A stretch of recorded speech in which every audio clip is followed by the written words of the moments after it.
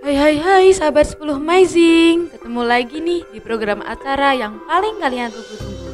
Tentunya hanya di 10 Amazing yang menyajikan informasi menarik untuk kalian. Kota Solo adalah kota kuno yang dibangun oleh Pakubuwono II. Riwayat kota ini tidak lepas dari sejarah Keraton Kasunanan Surakarta Hadiningrat yang merupakan penerus kerajaan Mataram Islam.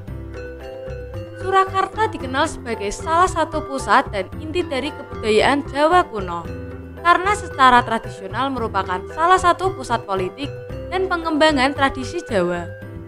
Kemakmuran wilayah ini sejak abad ke-19 telah mendorong berkembangnya berbagai literatur bahasa Jawa, tarian, makanan, pakaian, arsitektur, dan beragam hasil budaya indah lainnya.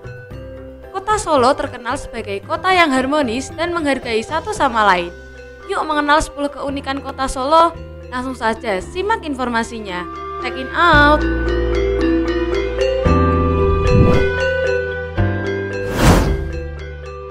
Yang pertama adalah batik khas Solo. Batik Solo mulai berkembang setelah wilayah Mataram Islam menjadi dua setelah ditandatanganinya Perjanjian Giyanti pada tanggal 13 Februari 1755, yaitu Kasunanan Surakarta dan Kasultanan Yogyakarta. Pada saat perpecahan tersebut, semua barang-barang termasuk batik dibawa ke Yogyakarta. Dengan peristiwa tersebut, pada suatu hari Pakubuwono IV memutuskan untuk membuat busana keraton yang baru. Busana tersebut diberi nama Geragak Surakarta, yang artinya adalah gaya Surakarta. Dengan adanya gaya busana baru tersebut, motif batik Solo mengalami perubahan. Motif-motif batik mulai berkembang dan bermunculan. Solo sering disebut sebagai surganya batik. Hal ini karena kota memiliki beragam jenis, corak, hingga warna batik yang tentunya memiliki makna yang berbeda-beda. Ciri khas batik Solo adalah identik warna kecoklatan dan krim. Selain itu, batik Solo juga identik dengan warna gelap seperti coklat dan warna hitam. Beberapa motif batik yang terkenal di Solo adalah motif Sidomukti, Truntum, Sawat, Parang, Kawung, Satrio Manah, Semen Rantai, Slobok, Bondet, Semen Gendong, Pamiluto, dan Ceplok Kasatriyan. Bukti berkembangnya batik di Solo adalah munculnya Kampung Batik Lawean dan Kampung Batik Kauman. Sampai kemudian, batik Solo berkembang ke sejumlah wilayah di Pekalongan, Ponorogo, Banyumas, Tulungagung, dan sebagainya.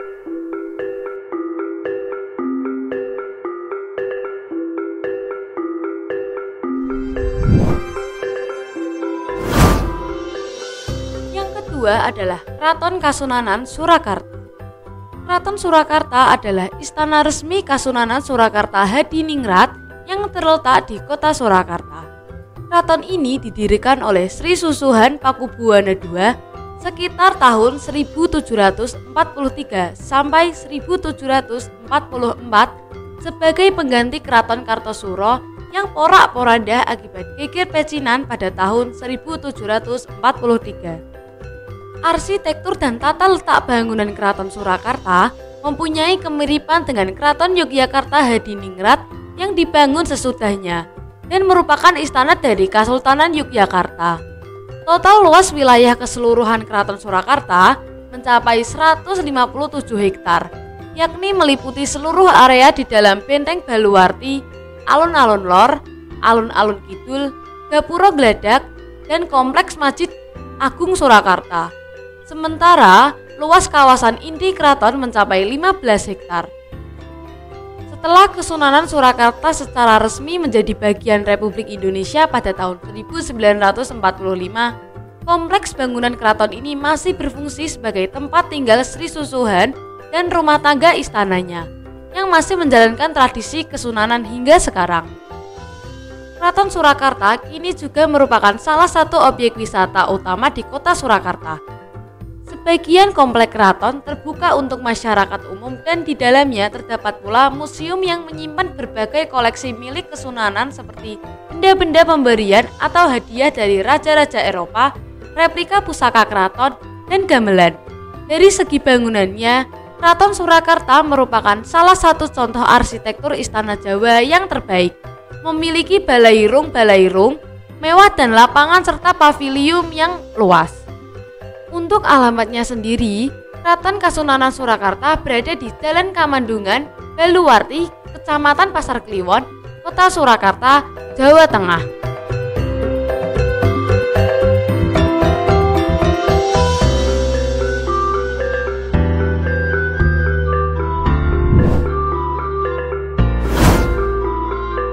Yang ketiga adalah Stasiun Solo Balapan. Stasiun Solo Balapan atau lebih dikenal dengan Stasiun Balapan adalah stasiun kereta api kelas besar tipe A yang terletak di perbatasan antara Kestalan dan Gilingan, Banjarsari, Surakarta. Pada ketinggian kurang lebih 93 meter, termasuk dalam pengelolaan daerah operasi FI Yogyakarta serta KAI Komuter. Dengan jarak 447 km sebelah timur dari Bandung dan 571 km sebelah tenggara dari Jakarta Gambir, nama Balapan diambil dari nama kampung yang terletak di sebelah utara kawasan stasiun. Stasiun ini merupakan stasiun kereta api utama di kota Surakarta secara luas di wilayah Solo Raya. Stasiun Solo Balapan termasuk salah satu stasiun besar berusia tua di Indonesia setelah Semarang. Dibangun oleh perusahaan kereta api pertama Hindia Belanda, Netherlands Indisch Spoorweg Maatschappij atau NIS pada abad ke-19, yaitu pada masa pemerintahan Mangkunegara IV dan berada di wilayah Kadipaten Raja Mangkunegaran. Stasiun besar di Surakarta untuk wilayah Kasunanan Surakarta dan Stadspoorwigen adalah Stasiun Solo Jebres yang dibuka pada tahun 1884. Stasiun ini dibangun di lahan pacuan kuda milik Mangkunegara. Sebagai pengganti, pihak Mangkunegara mendapat lahan di Manahan dari Kasunanan untuk dibangun sarana pacuan kuda dan aktivitas keolahragaan lainnya. Peletakan batu pertama berlangsung pada tahun 1864, dimeriahkan dengan upacara yang dihadiri Mangkunegaran IV dan mengundang Gubernur Jenderal Hindia Belanda Baron van de Biel. Stasiun Solo dibuka pada tanggal 10 Februari 1870 bersamaan dengan pembukaan jalur ruas Kedung Jati, Gundi, Solo. Sebelumnya jalur Gundi Solo direncanakan dibuka pada tanggal 1 September 1869. Jalur berikutnya, yakni jalur ruas Ceper Solo, dibuka pada 27 Maret 1871. Pembangunan seluruh kereta api rencana NIS, Semarang Folkestone London, dan Kedung Jati Ambarawa selesai dan diresmikan pada tanggal 21 Mei 1873.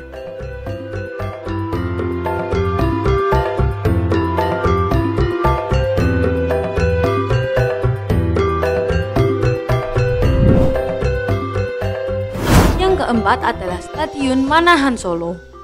Manahan merupakan stadion pertama di Indonesia yang menjadi tuan rumah event olahraga difabel terbesar di Asia Tenggara, ASEAN Para Games 2011. Stadion ini diresmikan pada tanggal 21 Februari 1998 oleh Presiden Indonesia Soeharto. Saat ini sebagian besar digunakan untuk pertandingan bola dan digunakan sebagai tempat rumah Persis Surakarta. 2008 September, Stadion Manahan terpaksa ditutup karena tengah dilakukan renovasi stadion.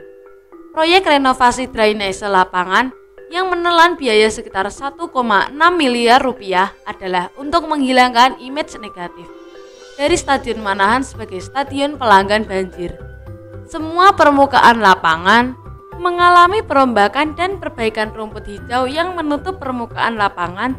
Semua dicabut dan digantikan dengan rumput jenis baru. Jenis rumput Dikiton Chinot atau rumput Bermuda sengaja didatangkan dari Batam untuk ditanam di lapangan Stadion Manahan.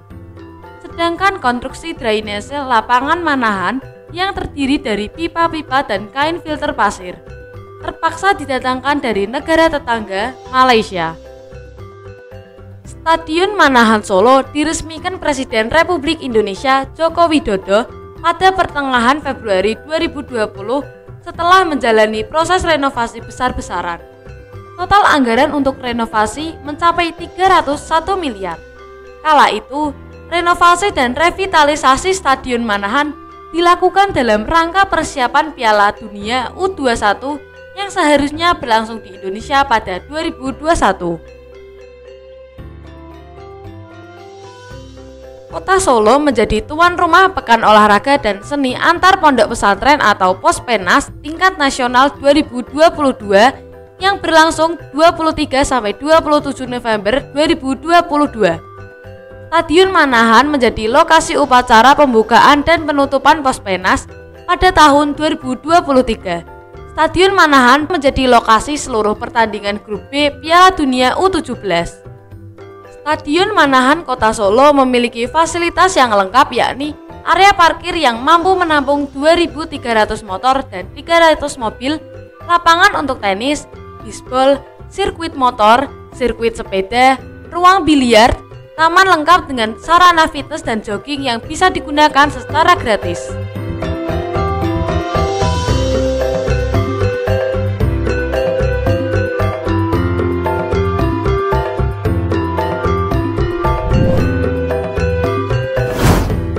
Kelima adalah Selat Solo. Selat Solo merupakan perpaduan antara bistik dan salad. Nama selat diambil dari kata slats yang artinya salad. Kata slats bermakna hasil penyembelihan daging yang dijadikan dalam bentuk kecil-kecil. Pada saat itu, masyarakat Surakarta atau Solo sulit menyebutkan kata slats. Kemudian mereka kerap mengucapkannya dengan kata selat. Daging stik dalam bahasa Belanda disebut biefstuk, yang biasa disajikan dalam ukuran besar dan dimasak setengah matang. Awal mula Selat Solo berawal sejak pembangunan Benteng Westenburg yang terletak di depan Gapura Keraton Surakarta. Tempat tersebut kerap terjadi pertemuan antara pihak Belanda dan keraton. Bahan-bahan tersebut dicampur lalu dibentuk menyerupai lontong dan dibungkus menggunakan daun pisang. Kemudian, daging yang sudah dicampur tersebut dikukus hingga matang.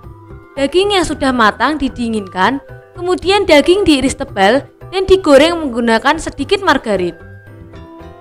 Pihak keraton kemudian memodifikasi masakan daging olahan dengan menu baru yang dikombinasikan dengan sejumlah bahan-bahan seperti kentang, buncis, wortel, timun, telur, selada, kuah kecap, dan saus mayones. Perpaduan ini menjadi makanan khas dari Solo yang dikenal dengan Selat Solo. Isi Selat Solo yang banyak dikenal terdiri dari daging olahan yang telah digoreng atau daging yang dimasak dengan kuah encer khas Jawa, wortel rebus, buncis rebus, irisan tomat, daun selada, dan kentang goreng untuk memberikan rasa kenyang. Di atas daun selada biasanya diberi saus mustard dan ada pula yang menambahkan dengan irisan mentimun. Ciri khas Selat Solo lainnya adalah adanya irisan telur rebus. Kombinasi ini menjadikan Selat Solo berwarna dan menggugah selera. Sepertinya enak ya Sobat 10 Amazing. Disantap untuk makan siang sepertinya mantap nih. Jangan kemana-mana ya Sobat 10 Amazing, karena habis ini kita akan bertemu lagi dengan kelanjutan dari 10 keunikan Kota Solo. Jangan ganti channelnya ya, tetap di TV 10, inspirasi dan edukasi.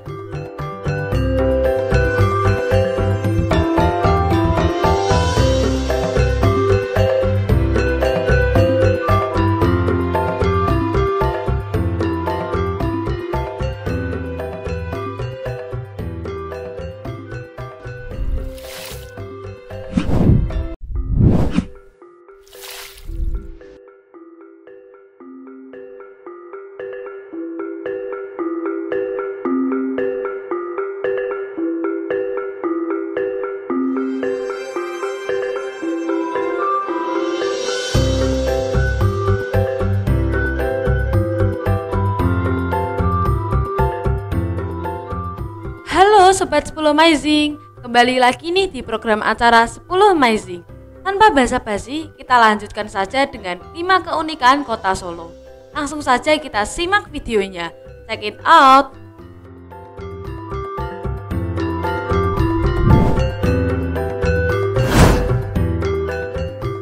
keenam adalah Masjid Syekh Zayed. Sebelum menjadi masjid, lokasi tempat masjid berdiri dahulu merupakan bekas depot minyak Pertamina Gilingan. Seiring bertumbuhnya kota Surakarta, depot minyak menjadi semakin tidak efektif untuk distribusi BBM karena berlokasi di tengah-tengah permukiman. Akibatnya, rencana distribusi minyak menggunakan jaringan perpipaan ke depo ini menjadi gagal karena persoalan biaya. Depot minyak ini ditutup pada tahun 2008 karena beroperasinya depot baru di Boyolali.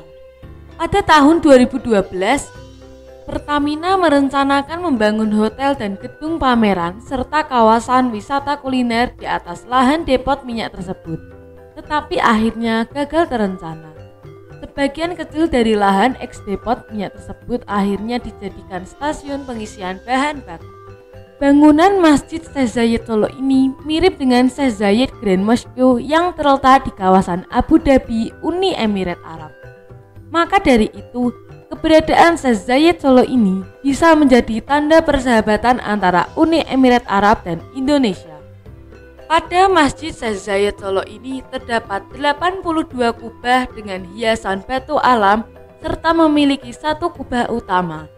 Perpustakaan dengan luas 20 meter persegi, mempunyai ruang VIP dan basement untuk tempat wudhu putra serta putri. Di samping itu, di kawasan masjid ini memiliki Islamic Center yang akan digunakan sebagai pusat pendidikan serta pengajaran Islam.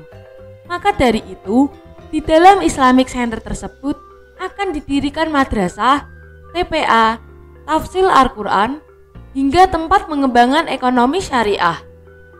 Fakta menarik Masjid Syekh Zayed Solo selanjutnya adalah menjadi simbol persahabatan dan hubungan baik antara Uni Emirat Arab dan Indonesia. Nah, jadi itu keunikan dari Masjid Syekh Zayed Solo ya Sobat 10 Amazing.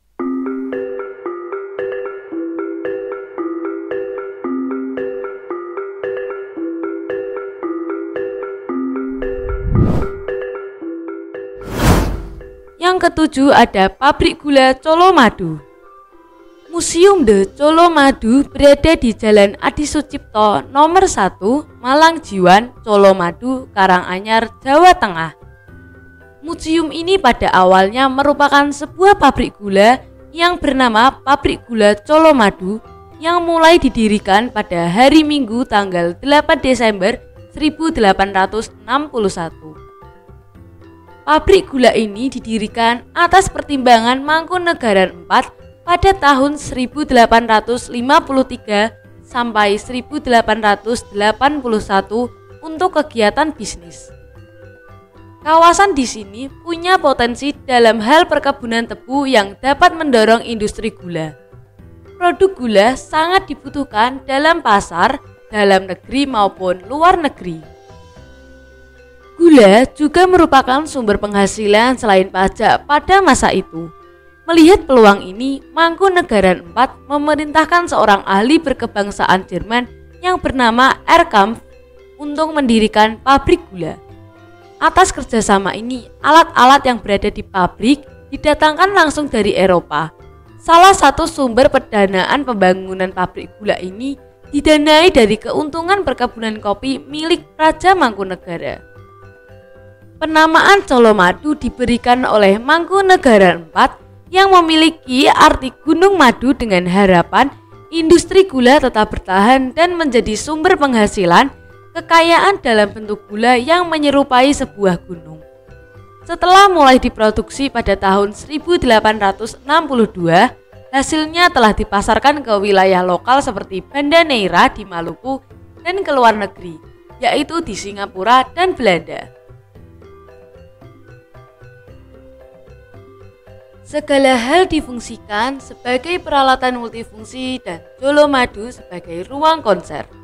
Melihat jalan panjang yang terjadi, pabrik gula yang telah berganti menjadi museum ini, maka dari itu harus tetap dijaga dan dilestarikan karena merupakan bukti majunya industri gula pada masa Mangkunegaran IV dan menjadi warisan yang tak ternilai harganya bagi bangsa Indonesia.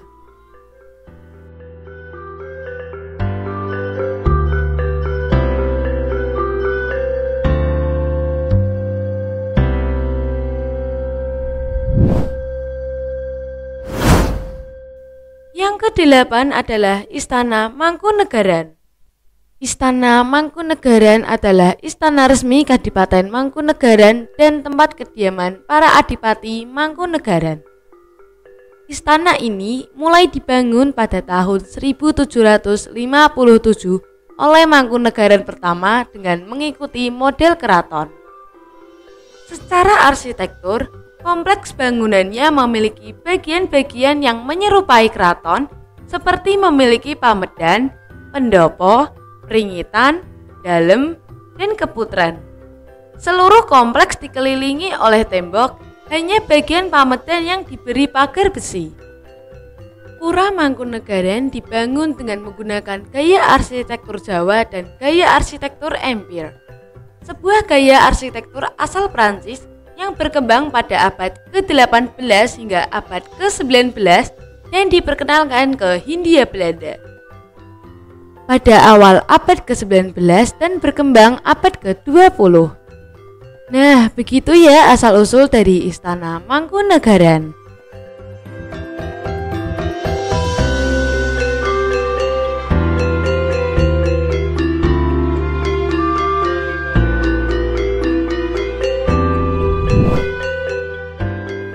Yang ke-9 adalah ikon kota Solo. Ikon kota Solo merupakan simbol yang mempresentasikan identitas dan kekhasan suatu kota. Ikon kota Solo memiliki beberapa aspek penting. Di antaranya adalah sejarah, arsitektur, budaya, ekonomi, pariwisata, kuliner, tokoh, acara, dan produk. Nah, dari aspek-aspek tersebut ada penjelasannya masing-masing ya Sobat 10 Amazing. Sejarah. Sejarah merupakan salah satu aspek penting yang membentuk ikon kota Solo. Sejarah panjang dan kaya yang dimiliki Solo telah meninggalkan banyak jejak, baik dalam bentuk bangunan bersejarah, tradisi budaya, maupun kuliner khas. Beberapa aspek sejarah yang menjadi ikon kota Solo yaitu Keraton Kasunanan Surakarta Hadiningrat, Pura Mangkunegaran, Perjanjian Giati, dan Perang Diponegoro. Selanjutnya adalah arsitektur. Arsitektur merupakan salah satu aspek penting yang membentuk ikon kota Solo. Arsitektur bangunan-bangunan bersejarah di Solo mencerminkan sejarah dan budaya yang panjang dan kaya. Beberapa aspek arsitektur yang menjadi ikon kota Solo yaitu Keraton Kasunanan Surakarta Hadiningrat, Pura Mangkunegaran, rumah tradisional Jawa, dan gereja-gereja tua. Selanjutnya ada budaya.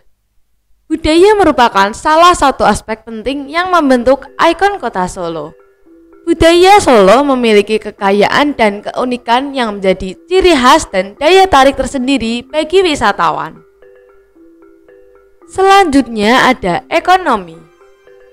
Ekonomi memiliki hubungan yang sangat erat dengan ikon kota Solo. Ekonomi yang kuat dapat mendukung, mengembangkan, dan melestarikan ikon kota Solo. Sementara ikon kota yang kuat dapat menarik investasi dan mendorong pertumbuhan ekonomi. Selanjutnya ada pariwisata.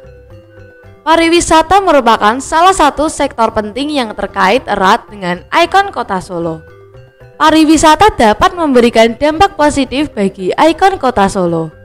Sekaligus ikon kota juga dapat menjadi daya tarik utama bagi wisatawan yang pergi berkunjung ke kota Solo. Selanjutnya adalah kuliner. Kuliner merupakan salah satu aspek penting yang membentuk ikon kota Solo. Kuliner Solo memiliki kekayaan dan keunikan yang menjadi ciri khas dan daya tarik tersendiri bagi wisatawan. Beberapa aspek kuliner yang menjadi ikon kota Solo yaitu makanan khas, jajanan tradisional, tempat makanan unik, dan festival kuliner. Selanjutnya ada tokoh. Tokoh merupakan salah satu aspek penting yang membentuk ikon kota Solo. Tokoh dapat berupa individu atau kelompok yang memiliki peran penting dalam sejarah, budaya, atau perkembangan kota Solo. Salah satu contoh nyata tokoh yang menjadi ikon kota Solo adalah Pakubuwono II. Dan yang terakhir adalah produk. Produk merupakan salah satu aspek yang tak terpisahkan dari ikon Kota Solo. Produk yang dihasilkan oleh Kota Solo memiliki ciri khas dan kualitas yang menjadi daya tarik bagi wisatawan dan masyarakat luas. Beberapa aspek penting dari produk yaitu kerajinan tangan, kuliner, oleh-oleh, dan produk industri.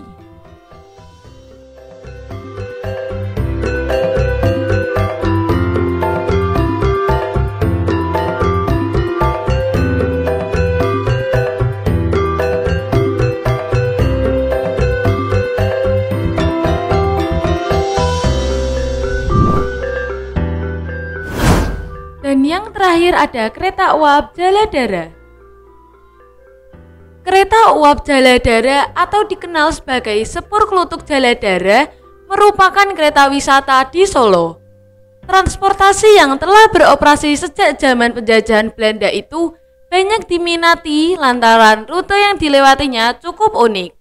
Diketahui, jalur kereta uap Jaladara melewati jalan utama Solo, yakni Jalan Slamet Riyadi, hingga beriringan dengan transportasi modern lainnya. Menariknya, hanya di kota yang memiliki rel kereta di tengah jalan raya. Namun, bila ingin menaiki kereta uap Jaladara, tiketnya tak seperti kereta lainnya yang bisa langsung dibeli secara mudah via online maupun stasiun. Untuk menaiki kereta wisata ini, penumpang harus melakukan reservasi terlebih dahulu. Reservasi dilakukan di akun Instagram resmi Java Train yang telah bekerja sama dengan PT Kereta Api Indonesia atau Persero dan pemerintah Kota Solo. Diketahui, Java Train merupakan komunitas penggemar kereta dari Surabaya, khususnya kereta yang berada di Pulau Jawa. Jadwal keberangkatan kereta uap Jaladara selalu berangkat pada pukul 14.00 waktu Indonesia Barat, durasi kurang lebih 2 jam 30 menit. Untuk harga tiketnya sendiri, anak di atas 3 tahun sampai dewasa dengan harga Rp120.000 dan penumpang juga akan mendapatkan snack yang berupa 2 macam, yakni es dawet dan serabi. Rute perjalanan kereta uap Jaladara yaitu dari Stasiun Purwosari, Loji Gandrung atau Rumah Dinas Wali Kota Surakarta, Stasiun Solo Kota, Gedung Joang, dan Stasiun Purwosari.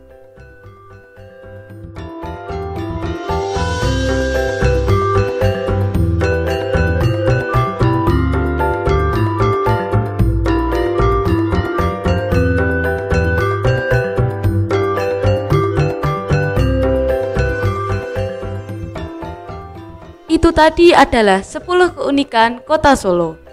Tidak terasa nih, episode 10 Amazing kali ini sudah menemani kalian. Sampai ketemu di penghujung acara. Ini saatnya 10 Amazing pamit undur diri. Terima kasih sudah menonton tayangan kami dan jangan lewatkan informasi lainnya di 10 Amazing.